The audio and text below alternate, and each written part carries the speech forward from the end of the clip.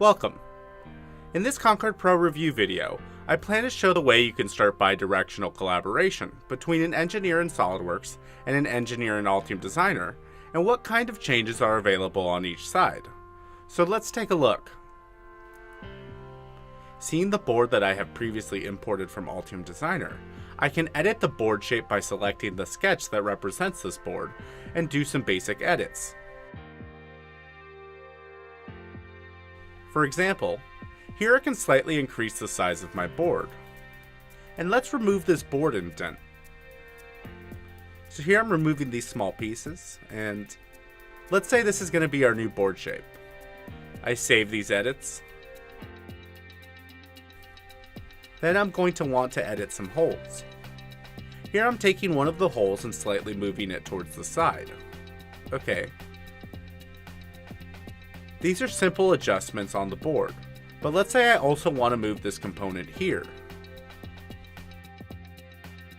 As you can see, I cannot detach a component from the surface of the board. I can only move it along that plane. Right now it has mating applied to it, which makes it attached to the surface of the board, which means that the system doesn't let me do any irrelevant actions with it. I'd like to mention that right now this board doesn't have real copper information on it. For example, you can see it in this view, but this mode contains only the graphical representation of the surface layers of the board with the silk screen and copper. I'll show you how to get the real copper geometry in a bit. Okay, so now when I do the edits from the mechanical side, I want to pass these edits into Altium Designer. To do that, I'm opening the Co-Designer panel. This panel is pretty simple. Here you can pull edits from the server or push edits to the server. In this particular case, after the edits are made, I will push the edits to the server and leave a comment on what changes were made. I'm mentioning the board shape adjustment, that I've moved the holes slightly, and that I've also moved two parts. Right now I'm using the same user account for SolidWorks and Altium Designer. I'm using the admin account, which means that all of the edits in the history will come from the same account. But in real life, two or more engineers working together will have a full change history that also shows who did what. Okay, let's go into Altium Designer now. Here I also have the Co-Designer panel.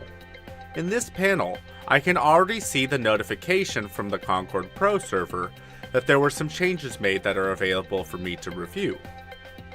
I can select items from a list of changes and I can see exactly what got changed. For example, we see the new board outline on the hole that moved to the side. I use right-click, check all, to select all edits. Some of the edits are shown in gray, representing that these edits cannot be applied on the SolidWorks side. Usually, these are the elements that are not available in the structure of the mechanical elements of the board in Altium Designer. These are inherent elements of the board, but there is nothing that can represent these elements from the SolidWorks side. In the panel, you can see that the elements do exist, but nothing is actually happening to them. Then I press the Apply button to accept those edits, and I can see all of the edits that were made on the SolidWorks side. Now of course, I need to do some further changes on the Altium Designer side. I'll quickly do some edits and we'll push this board to SolidWorks. I'll go through the same process here. I select Push, and describe the edits I have made in the comments field. I did a layout cleanup and removed the hole. As you can see, I get 3 records in my history. I moved back to SolidWorks and now I want to show you how to transfer the real copper from Altium Designer to SolidWorks. By default, copper doesn't get pushed into the SolidWorks model, but the information exists on Concord Pro. In order to get it over to SolidWorks, you should go to the settings here and select On for Modeled Copper Collaboration. The pull process with Modeled Copper Collaboration turned on is slightly slower than without copper modeling. I once again get the list of all edits. I'm going to use right-click Check All, and I accept all of these. So let's see how these edits will show up in SolidWorks. You can see that compared to the previous view, I now have real copper included in my model with the actual copper thickness. I also get some additional information like a graphical view with silkscreen.